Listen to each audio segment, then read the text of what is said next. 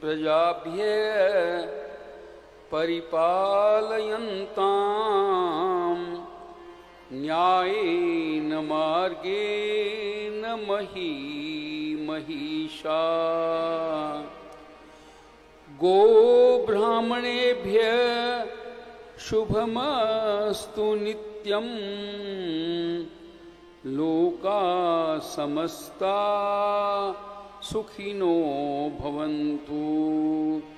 नमस्ते सर्वभावाय ब्रह्मणे परमात्मने कृष्णाय वासुदेवाय योगिनां पतये नमः। नमः शिवाय गुरुवे सच्चिदानन्दमूर्तये निष्प्रपञ्चाय शान्ताय भूयो भूयो नमो नमः।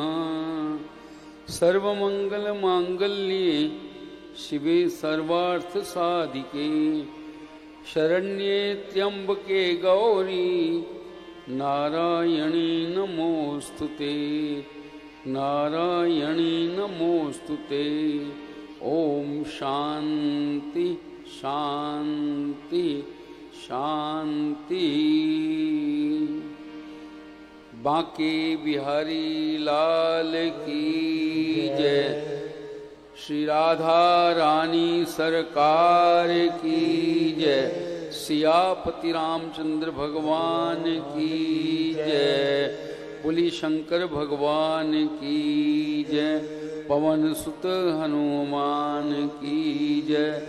जगदियाँ जोता वाली माता तेरी सदा ही जय। परम सम्माननीय परम आदरणीय श्री शर्मा जी, जिनके मुखारविंद से आप श्री रामचरितमानस का कथा पारायण और संसार से तारने वाले सूत्र श्रवण कर रहे थे। सचमुच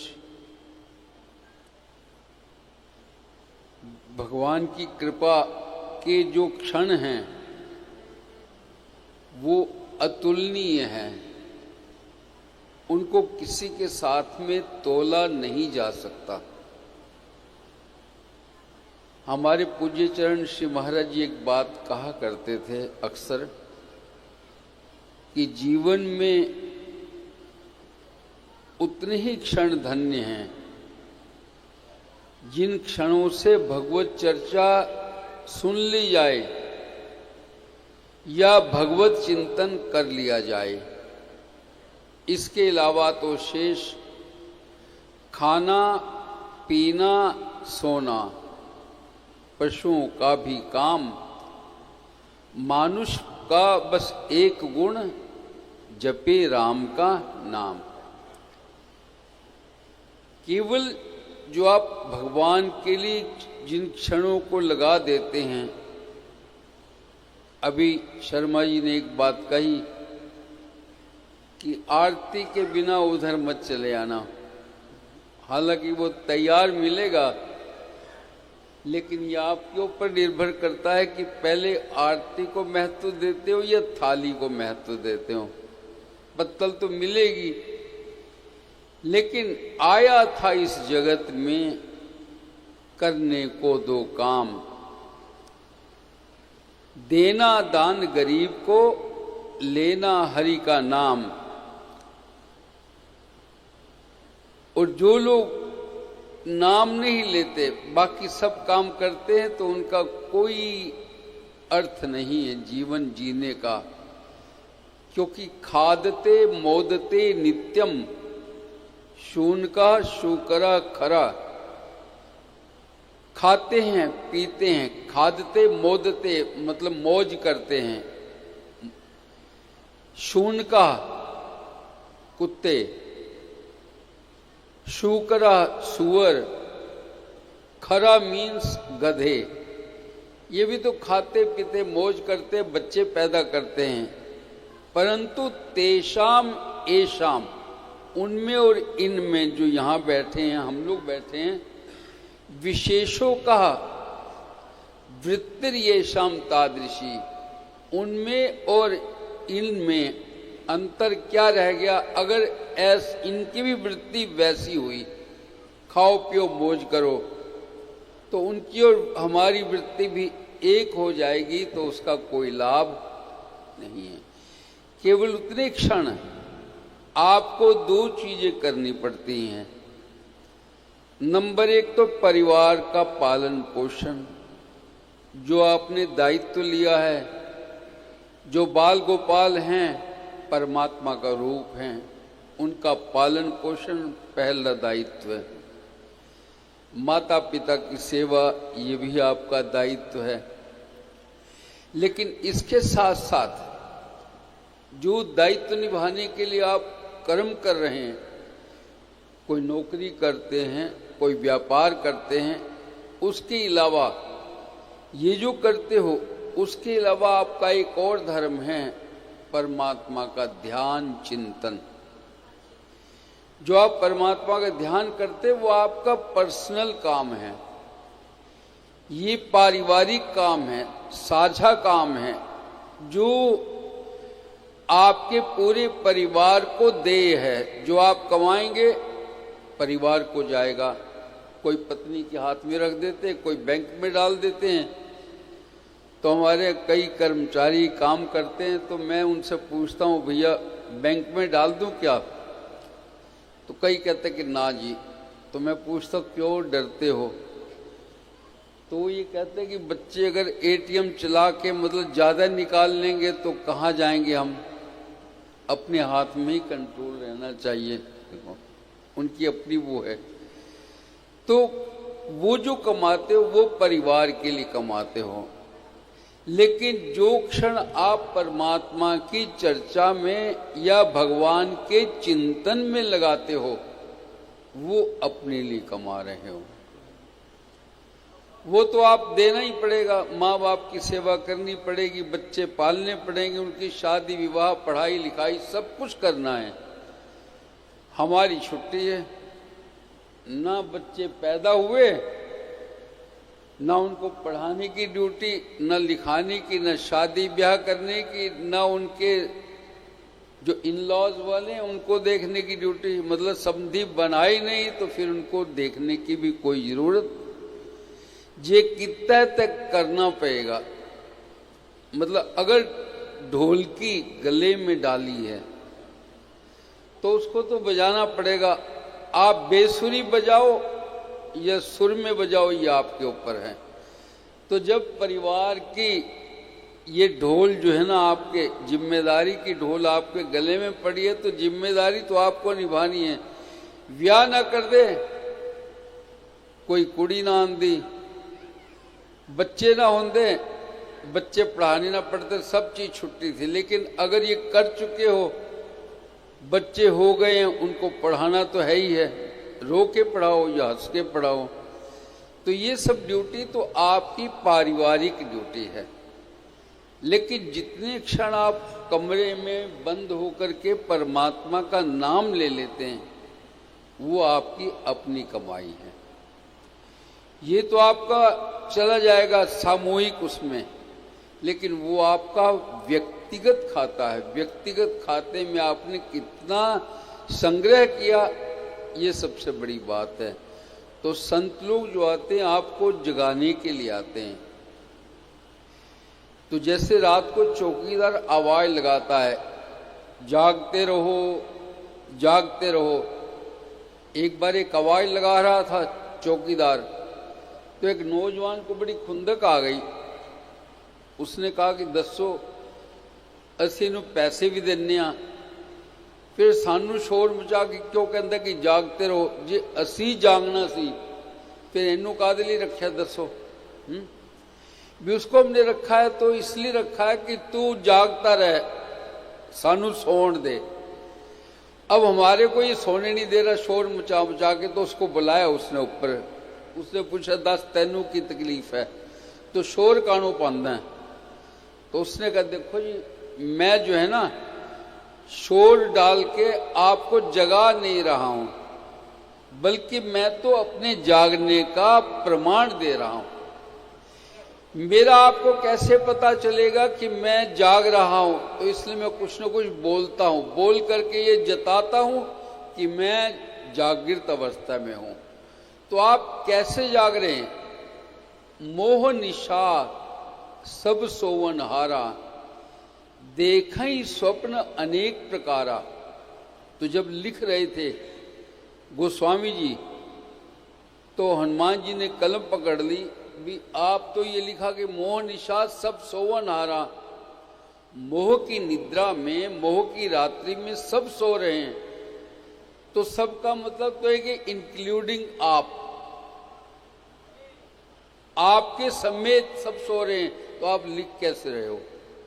सोने वाला तो लिख नहीं सकता और आप लिख रहे हो। उन्होंने कहा नहीं, मेरा सब सोवन हारा का मतलब ये कि अधिकांश लोग, जैसे कोई मोहल्ला अगर ब्राह्मणों का हो तो कहते ब्राह्मणादा मोहल्ला है, तो उसका मतलब ये थोड़ी कि दूसरे कोई नहीं है, दूसरे भी हैं, लेकिन उसको ब्राह्मण मोहल्ला इसलिए कह देते क्योंकि ज्यादा ब्राह्मण है। मोह निशा में सब सो रहे हैं का मतलब ये कि अधिकांश लोग सो रहे हैं। तो बोले फिर इसमें कोई जाग भी रहे हैं?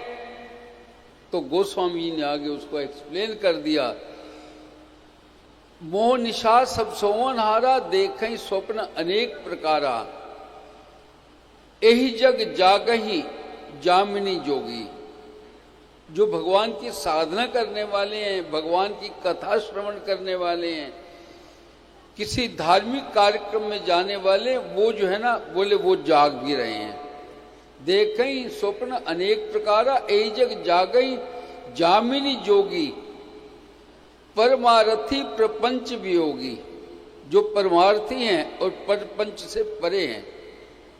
तो बोले उसकी क्या डेफिनेशन क्या है कि कोई आदमी जग रहा है, ये पता कैसे चले? तो उसका जवाब भी गोस्वामी ने दिया, जानिए तबही जीव जग जागा। ये तब जानो कि वो जग गया है। कब? जब सब विषय विलास विरागा। संसार के विषयों से जब वैराग्य हो जाए तो समझो कि बंदा जाग गया है, हुन सुत्ता नहीं है, जगे हुआ है। तो मतलब जब व्यक्ति परमात्मा की तरफ लगता है तो मतलब वो जाग गया, नहीं तो उसकी गिनती सोने वालों में। अधिकांश सो रहे हैं, यहाँ जो बैठे हैं जग रहे हैं, बोलने में बाकी भी तो हैं, लेकिन सब सोवन हारा का मतलब अधिकांश सो रहे हैं। लेकिन जो आपकी तरह कई अपने घर में पाठ पूजा कर रहे हैं, वो सो नहीं रहे हैं। आपकी तरह जो सुन रहे हैं, भगवान की कथा सुन रहे हैं, तो वो जग रहे हैं। तो आपको जगाने का काम कौन करते हैं? सबसे मुश्किल काम है। जैसे कोई व्यक्ति कहे कि मुझे सैर करनी है, तो सैर करने वाले को एक साथी ढूंढना पड़ता है, नहीं तो 2 दिन जाएगा, तीसरे दिन उसकी हिम्मत नहीं पड़ेगी। तो एक आदमी उसको वो चाहिए जो उसको आवाज मार दे, चल भाई चल, टाइम हो गया, जाइए घूम फिर के आ जाएं। तो जगाने वाले का महत्व है कि नहीं? आपको तो नींद उखड़ नहीं रही, नींद को जगाने वाला जो है ना, उसका बहुत महत्व है। जो आपको कह दे आवाज लगाए और आप जो है ना चले जाएं सैर के लिए, तो आपका कल्याण निश्चित है। वैसे ही ये जो व्यासपीठ पर विराजमान होकर के 2 शब्दों की आपके ऊपर बौछार करते हैं, अमृत की वर्षा करते हैं, तो ये जगाने वाले हैं। ये आपको जगाते हैं कि उठ उठ कबीरा भजन कर, दुनिया वेखन जा, मत कोई बख्शा तुझ मिले, तू ही बख्शा जा। कि क्या पता कुछ कोई शब्द ऐसा मिल जाए। देखो कोई कथा के प्रवाह में जाने कौन सा शब्द ऐसा आए जो आपको लग जाए, अंदर तक आपको असर कर जाए। तो हमारे पूज्य गुरुदेव एक बात कहा करते थे कि शेर और शिकारी अगर एक ही जंगल में रहते हों तो कभी न कभी शिकारी का जो निशाना है शिकार के ऊपर पड़ ही जाएगा।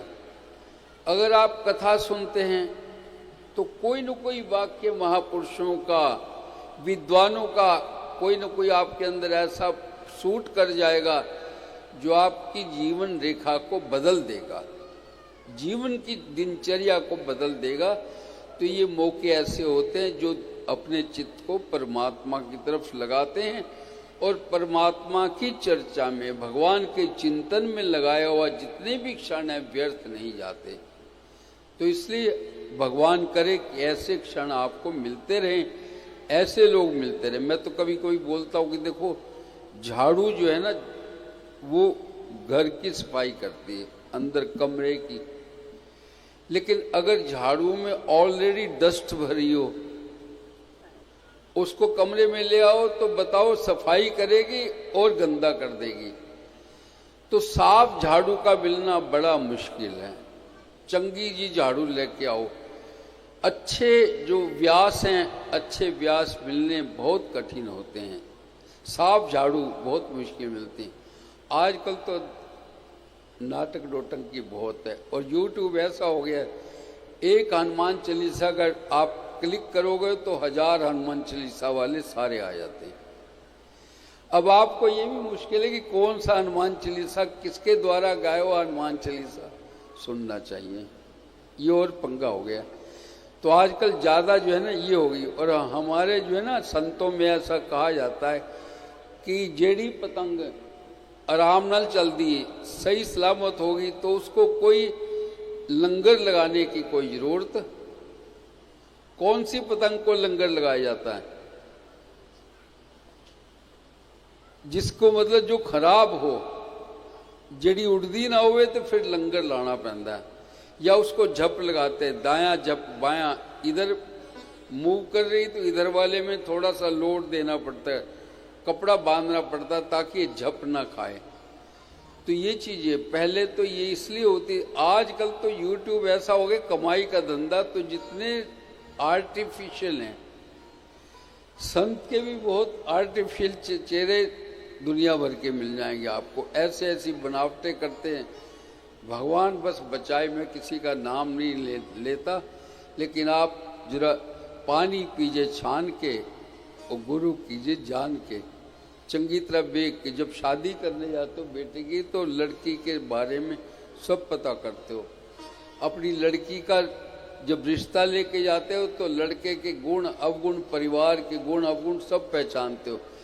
लेकिन रोज YouTube में दुनिया भर के गुरु घूम रहे हैं तो आपको पता ही नहीं चलता, ना आगा पता न पीछे पता है, झट हो गए शामिल। तो जरा अच्छी तरह देख पहचान के सारे कम करो, ये ना होवे कि धोखा हो जाए हैं।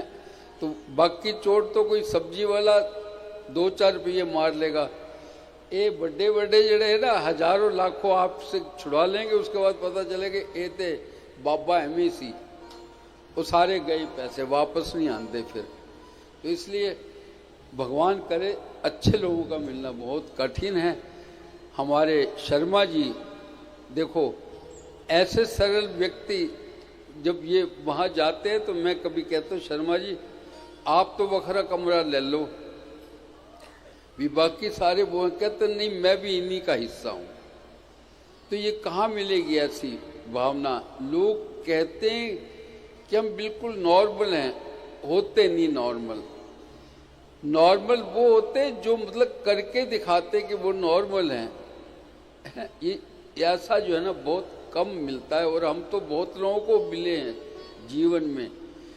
1969 में जब घर छोड़ा था तो तब से हम घूम ही रहे हैं, सब तरह के लोगों से हमको पाला पड़ा है। अब 74 साल के हो गए, 75 में चढ़ गया तो क्या हमको पता नहीं केड़े की कर दिए हैं, सब का मालूम है। लेकिन कई चीज़ें सार्वजनिक कहने वाले नहीं होती। आप समझदार हो, समझदारी से करो। और लेकिन मैं इतना जरूर कहूँगा, आपके भाग्य की सराहना कि आपको ऐसे व्यास मिले हैं जिनका अंदर और बाहर एक हो। मनस्येकम वचस्येकम क्रियत्येकम महात्मना। महात्मा की क्या डेफिनेशन है कि जो मन में है, मनस्येकम, वही वाणी में है, वाणी में भी वही है, मन में भी वही है, और क्रियत्येकम, कर्ता भी वही है। मन, वचन और कर्म से जो एक हो, एकाकार जिसकी वृत्ति हो, वो सज्जन पुरुष है। और दुर्जन की क्या निशानी है? मनस्यन्यो वचस्यन्यो क्रियत्यन्यो दुरात्मना। मन में कुछ और है, कहता कुछ और है और करता कुछ और है, उसका नाम है दुरात्मा। तो आपको तीनों में जिसकी सिमिलैरिटी है, एकत्व भाव है, तो ऐसे लोग मिलने बहुत मुश्किल है। भगवान की कृपा से साफ झाड़ू मिली आपको, आपका हृदय साफ हो रहा है।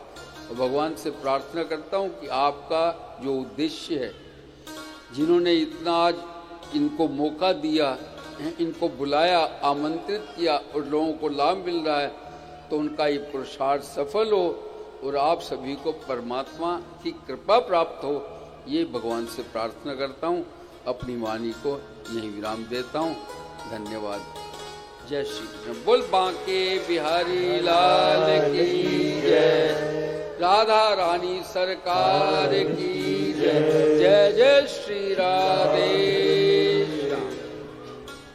पूज्य महाराज श्री, मैंने प्रारंभ में कहा कि वृंदावन से संयोग है कि कथा में सहज में ही उनका आगमन हुआ और बात सबके भाग्य की। तो महाराज जी हैं, तो यहाँ तो सब नगीनों की महफिल है, प्रेमियों की महफिल है, एक से बढ़कर